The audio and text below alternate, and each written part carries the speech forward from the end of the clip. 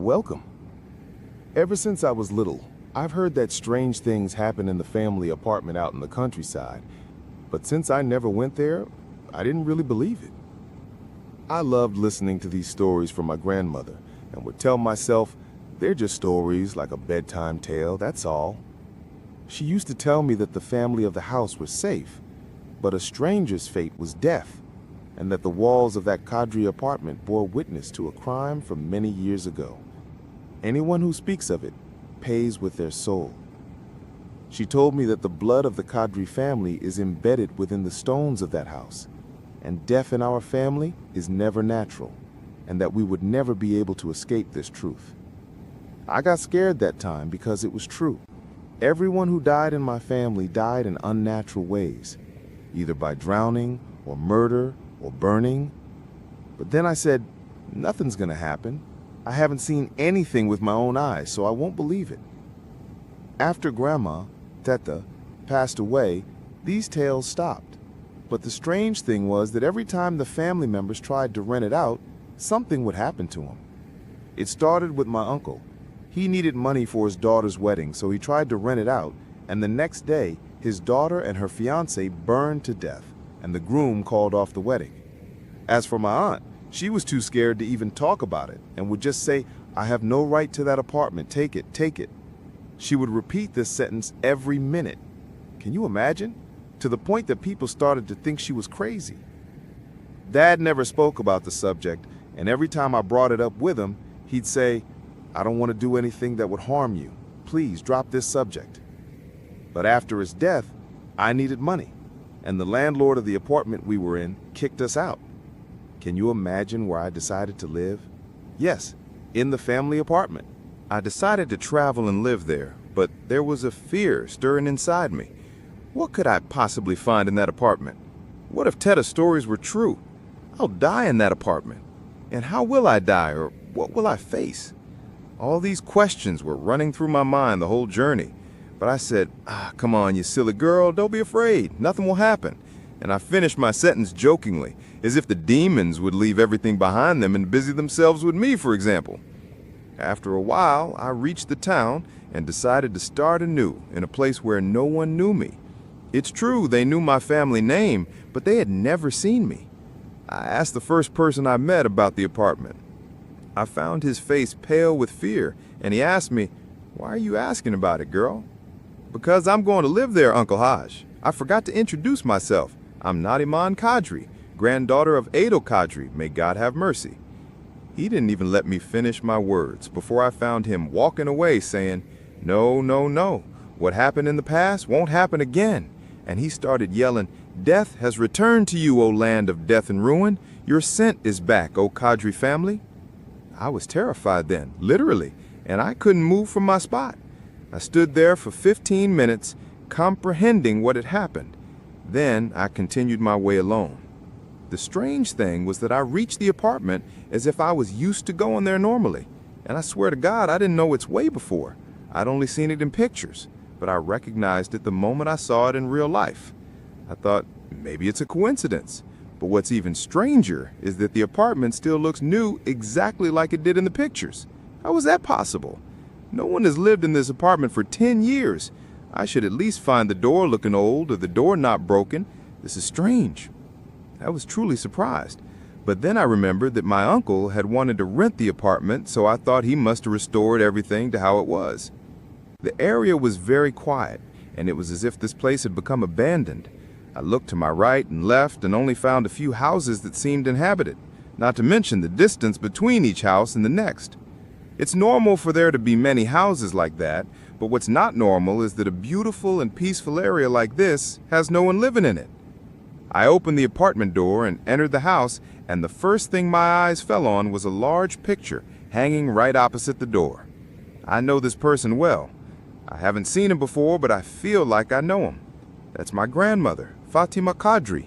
May God rest her soul. I was born in the year she died, but subhanallah, the same details my grandmother told me about, I still remember them well. I had memorized her features. What I'd heard about my grandmother was that she was a beautiful and kind woman, but she had a strange sadness about her. My silence was broken by the sound of a cat. I almost died of fright from it. I knelt down and looked at her. "You know you scared me so much. What are you doing here? You must have come to welcome me." She left me and ran inside. I laughed and said to myself, "Have you gone crazy, Nuriman, talking to a cat?" I picked up my bag and went in, but I felt like I wasn't a stranger here, or that this wasn't my first time here. I remembered every detail of the apartment. The apartment was clean and tidy, as if Teta still lived there. I wasn't surprised at all. On the contrary, I was happy. I won't hide it from you. I was more concerned about cleaning than I was about demons. I quickly wiped down the place where I would sleep and threw myself on the bed. I was tired from the journey. It hadn't been minutes before I fell into a deep sleep. I dreamed I was in a place like a palace, and there were many people talking. I was calling out, but it was as if no one heard me or saw me. And there was a long staircase, and at the end of it stood a woman with her head down, her features unclear. I went up to ask her, "How come they can't see me?" I looked and found it was my mother, but her features were changed. She grabbed me by the arm, crying, "Why did you come? Didn't I tell you not to come? Don't get close to them. I don't want your fate to be like mine." Suddenly, her features changed, and the whole place turned into blood, and people were killing each other and screaming. Just seconds. I know all these people here. That's my family. I woke up terrified, and my face was sweaty as if I had been in a real fire.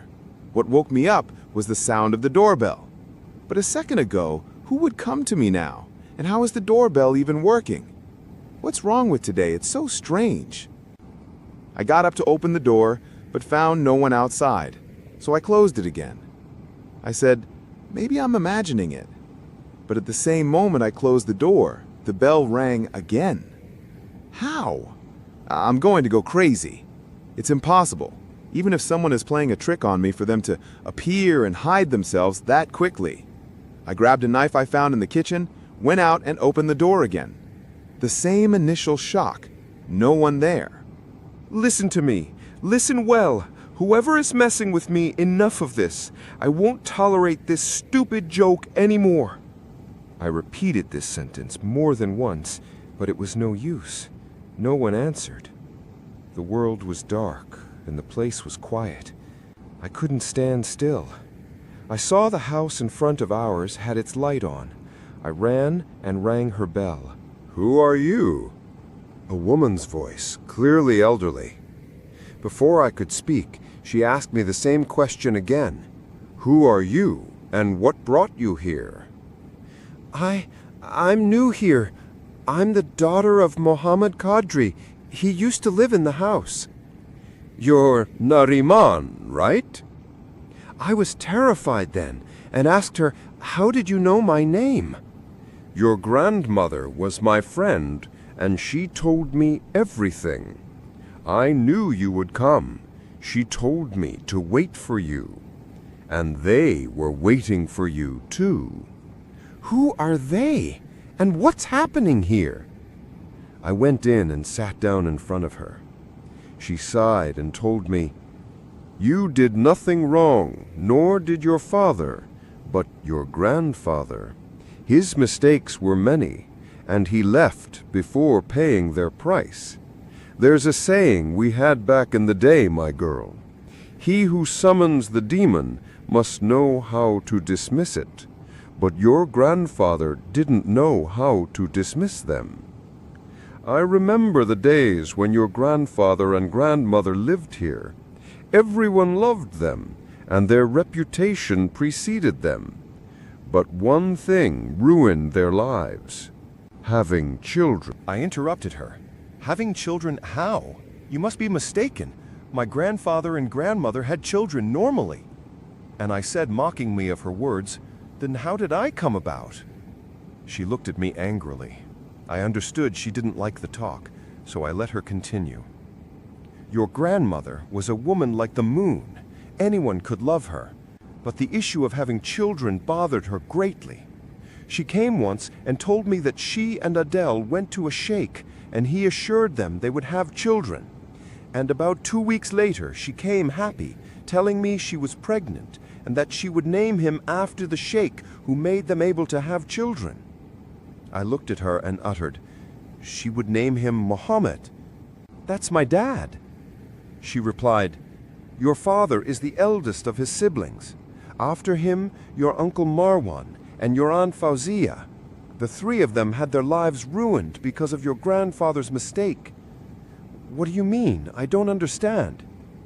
"Your grandfather didn't go to a sheikh, my girl. Your grandfather went to a sorcerer. That sorcerer made them able to have children, but in return, he would ask for something.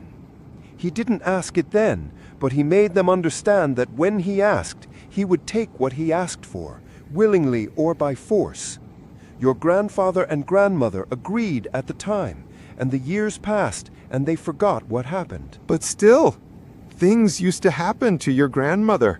She would see people dying and people burning. It got to the point where she would stay awake for days, not wanting to sleep so she wouldn't have nightmares. I remembered then that my grandmother had talked to me about the nightmares she used to see. I said without focusing, "I also have nightmares, since I was a child." She looked at me worriedly. "You were dying in them?" I stood up then and said fearfully, "No, I don't want to continue with this nonsense. I'm not staying here." She said a sentence to me that terrified me when I heard it. It was what Tata used to say to me. "Running away won't help you anymore. The owners of the house are safe, but the stranger's fate is death."